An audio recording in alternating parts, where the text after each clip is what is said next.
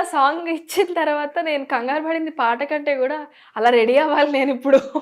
అమ్మో అది ఎలా చేస్తాను, క్యారీ చేయగలగాలి, అదొక్కటి కొంచెం కంగారు పడ్డాను. బట్ బాగా చేశానని చెప్పారు.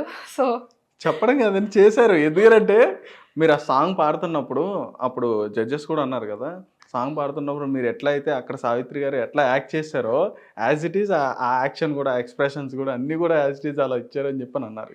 యా, దీంట్లో ఒక చిన్న పాయింట్ ఏంటంటే long back my mother Mayabazar సాంగ్కి ఒక ఒకేషన్లో డాన్స్ చేశారనమాట.